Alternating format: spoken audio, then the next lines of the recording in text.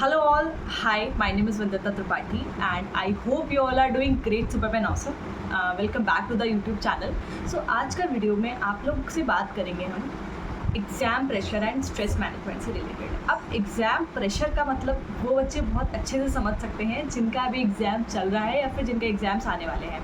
CA aspirants के exams चल रहे हैं और सीएस एस्पिरेंट्स के एग्ज़ाम्स आने वाले हैं जून 2024 में। ठीक है, तो जैसे जैसे एग्ज़ाम्स पास आते जाते हैं वैसे वैसे हमारे प्रेशर और जो हमारा हार्ट बीट का लेवल है वो धीरे धीरे बढ़ता जाता है, क्योंकि कहीं ना कहीं हर बच्चे को मतलब 99.99% बच्चे ऐसे होंगे जिनको ऐसा लग रहा होगा कि यार उनकी प्रिपरेशन कम है अकॉर्डिंग टू एग्ज़ाम। 1% ही ऐसे होते हैं, कुछ ऐसे धुरंधर महारथी जिनको लगता है कि हाँ मेरी प्रिपरेशन बहुत अच्छे से है और जितना एग्ज़ाम में चाहिए उससे डबल मैंने पढ़ लिया है। ठीक है ना, होते होंगे ऐसे कॉन्फिडेंट बच्चे, बट बहुत सारे बच्चे आई थिंक मेरे जैसे होते हैं जिनको लगता है कि यार जितना भी पढ़ा है वो कम ही है। ठीक है ना, तो ऐसे टाइम पे जब हमें स्ट्रेस होने लगता है, हमें लगता है नहीं यार ये अटैम्प्ट नहीं दे पाएंगे या ये अटैम्प्ट हम स्किप कर देते हैं या फिर हमारी तैयारी पूरी नहीं हो पाई है, हम कैसे एग्ज़ाम दे पाएंगे। तो ऐसी सिचुएशन को कैसे डील करते हुए आगे बढ़ना है और एग्ज़ाम में कैसे क्विट नहीं करना है, इसके बारे में कुछ बहुत इंटरेस्टिंग चीज़ें आप लोगों को मैं बताने वाली हूँ। तो तब तक वीडियो में एंड तक बने रहिएगा और अभी तक चैनल को लाइक शेयर एंड सब्सक्राइब नहीं किया है तो do like share and subscribe the channel, ताकि ऐसी वीडियोज़ आपको मिलती रहे। ठीक है, तो चलिए शुरू करते हैं। सबसे पहले आप लोग आपकी सिचुएशन को समझने का सबसे पहले तो कॉज ढूंढो। ठीक है, कि आपको ये स्ट्रेस या फिर ये एग्ज़ाम प्रेशर क्यों हो रहा है। पहला है आपको आपकी प्रिपरेशन की वजह से हो रहा होगा कि आपको लग रहा है कहीं ना कहीं आपकी प्रिपरेशन कम है।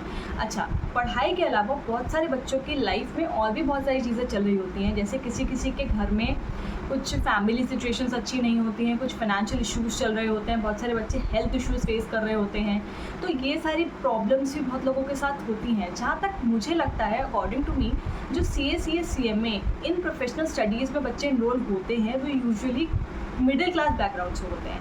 हाई क्लास बच्चों के पास तो पैसा होता है, वो तो अच्छी अच्छी कोचिंग्स एंड बीटेक वगैरह के कॉलेजेस में इनरोल करा करके अपनी पढ़ाई करते हैं। बट चूँकि ये प्रोफेशनल एग्ज़ाम्स हमारे इनमें ज़्यादा पैसा नहीं लगता है, तो मिडिल क्लास बच्चे, मेरे जैसे मिडिल क्लास बच्चे ऐसे एग्ज़ाम्स अफोर्ड कर सकते हैं, इसलिए हम अपनी मेहनत के दम पे ऐसे एग्ज़ाम्स को क्लियर करना ज़्यादा प्रेफर करते हैं। ठीक है, अब आगे बढ़ते हैं कि कैसे हम अपने एग्ज़ाम टाइम में ये सारे जो भी थॉट्स आते हैं हमारे माइंड में, इनको ख़त्म करके, ऑलमोस्ट देखो ख़त्म तो नहीं हो सकते हैं, ये जर्नी है। ठीक है ना, ये जर्नी देखो, जब CA CMA में हम अपने आप को इनरोल कराते हैं तो सिर्फ एग्ज़ाम नहीं देते हैं। ठीक है ना, ये एक जर्नी है जिससे हर बच्चा गुजरता है। ये सारी चीज़ों को फेस करने के बाद वो एग्ज़ाम क्लियर करता है, तो उसके लिए एग्ज़ाम क्लियर करने की वैल्यू से ज़्यादा ये सब सीखने की वैल्यू ज़्यादा होती है। ठीक है ना, तो कैसे हम डील करके इन चीज़ों को और कम करके अपने एग्ज़ाम पे फोकस कर सकते हैं, उन चीज़ों के बारे में बात करते हैं। ठीक है ना, तो आपने रूट कॉज समझ लिया कि रूट कॉज क्या है, मैं क्यों स्ट्रेस में हूँ, मैं क्यों एग्ज़ाम से घबरा रही हूँ या घबरा रहा हूँ,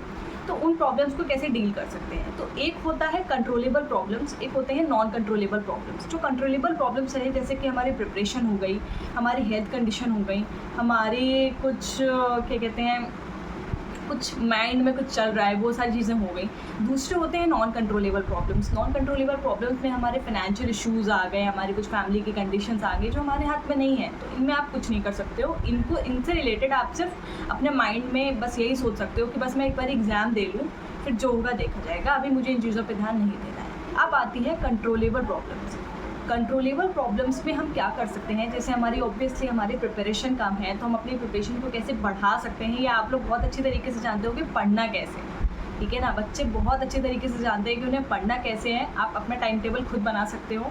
ठीक है, हेल्थ इश्यूज़ आ रहे हैं तो हेल्थ को कैसे कोप अप कर सकते हो, एंड इसके अलावा आपको कुछ माइंड में कुछ आपके नेगेटिव थॉट्स आ रहे हैं तो कैसे आप थोड़ा सा पॉजिटिव चीज़ें करके, थोड़ा सा और स्पिरिचुअल भगवान में बिलीव करके या फिर अपनी किसी हॉबी को परस्यू करके साथ साथ में कैसे आप पॉजिटिव रह करके अपने एग्ज़ाम पे फोकस कर सकते हो, इससे आपको डील करना है और ये सारी टेक्निक्स को आपको फॉलो करना है। ठीक है ना, अब आती है दूसरी चीज़। हमने रूट कॉज पता कर लिया कि क्यों हमें स्ट्रेस हो रहा है, फिर क्यों हमें एग्ज़ाम का प्रेशर हो रहा है, वो सब हमने देख लिया। अब कुछ छोटी छोटी बातें जो मैं आप लोगों को बताना चाहूँगी, जो मैंने भी फेस किया था, जो मैंने अपनाई थी अपने एग्ज़ाम टाइम पे, they help me a lot. ठीक है, उनसे मुझे बहुत फ़ायदा हुआ था, तो आप लोगों के लिए वो चीज़ें हैं। सबसे पहला, आपको अपनी पढ़ाई के साथ क्वालिटी टाइम स्पेंड करना है, ना कि क्वांटिटी टाइम। ठीक है, क्वांटिटी टाइम का मतलब है 12 घंटे की पढ़ाई और 2 घंटे का आउटपुट।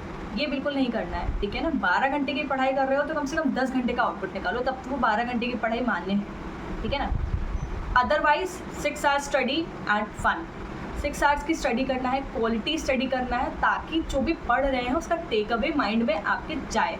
जब तक टेक अवे माइंड में नहीं जाएगा, एग्जाम में आपको रिकॉल नहीं होगा। तो ये एंड का टाइम है, अभी आपको जितना पढ़ाई करना था कर लिया, अब रिविजन का टाइम है। जितने 3, 4, 5 रिविजन आप कर सकते हो करो, बट यहाँ पे बिल्कुल प्रेशर नहीं पड़ने देना है। यहाँ प्रेशर पड़ा तो एग्ज़ाम बिगड़ा, ठीक है ना।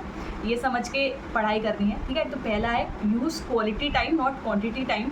दूसरा है do not neglect your health. Health गई तो एग्ज़ाम देने बैठ ही नहीं पाओगे आप। इमेजिन करो, मतलब भगवान ना करे किसी के साथ कभी ऐसा हो, बट इमेजिन करिए एग्ज़ाम के एक दिन पहले आपकी तबीयत इतनी ज़्यादा ख़राब हो गई कि आप एग्ज़ाम देने जा ही नहीं पाए। जो भी आपकी साल भर की मेहनत है वो सारी पानी में चली जाएगी and you will and up nothing. तो बिल्कुल हेल्थ पे बिल्कुल भी, जो बच्चे ना रात रात भर पढ़ते हैं, पानी नहीं पीते हैं, इसके अलावा नेगेटिविटी माइंड में आ रही है, स्ट्रेस से जूझ रहे हैं, तो बिल्कुल ये सारी चीज़ें नहीं करनी है। जितना हो गया है इनफ है, उतने में आपका पेपर बिल्कुल क्लियर हो जाएगा। देखो, एक ऐसा बच्चा होता है जिसका एग्ज़ाम नहीं क्लियर होता है, एक ऐसा बच्चा होता है जिसका एग्ज़ाम क्लियर हो गया होता है।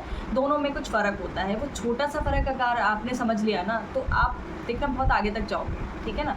एग्ज़ाम क्लियर करना ही मकसद नहीं है, अच्छे से एग्ज़ाम क्लियर करना मकसद। अच्छे से मतलब अपनी हेल्थ को ध्यान देते हुए, अपनी फैमिली को भी थोड़ा बहुत टाइम देते हुए, अपनी हॉबी को भी टाइम देते हुए हमें आगे बढ़ना। अच्छा, एक और टिप है, अपने जो भी आपके करियर गोल्स हैं ना, आप कितनी पढ़ाई कर रहे हो, कितनी नहीं कर रहे हो, ये ना ज़्यादा अपने फ्रेंड्स और रिलेटिव से डिस्कशन मत किया करिए, ठीक है ना। अभी जो आपका टाइम है वो बहुत क्रूशियल है, और एक नेगेटिव थॉट आपका सारा टाइम, सारा पूरा मंथ बर्बाद कर देगा उस थॉट को सोचने में, ठीक है ना। तो जो भी अभी आप अपनी प्रिपरेशन कर रहे हो, जो भी अपना काम कर रहे हो, साइलेंस में करिए। अपने मेंटोर से पूछ लीजिए, या कोई आपका बहुत खास है उससे बात कर लीजिए, बट सबको बताने की ज़रूरत नहीं है। आपके क्या प्लान्स हैं, आप क्या रिविज़न कर रहे हो, आपने कितनी बार रिविज़न किया, सारी चीज़ें, ठीक है ना। तो जितना अभी आपने आपको आइसोलेटेड रख के पढ़ सकते हैं ना, उतना पढ़िए। ट्रस्ट मी, आप लोगों को अभी नहीं समझ आ रहा है, बट आपके जब एग्ज़ाम टाइम आएगा ना, आप लोगों को देखना ये एडवाइस कितनी काम आएंगी, ठीक है ना। तो ये चीज़ का ध्यान रखना। इसके अलावा कुछ और छोटी मोटी चीज़ें हैं, जैसे ऑब्वियसली फ़ोन का यूसेज कम रखना है। जितना कम से कम फ़ोन का यूसेज रखोगे उतना अच्छा है। देखो, बिल्कुल निगलेक्ट मत करिएगा, ठीक है ना।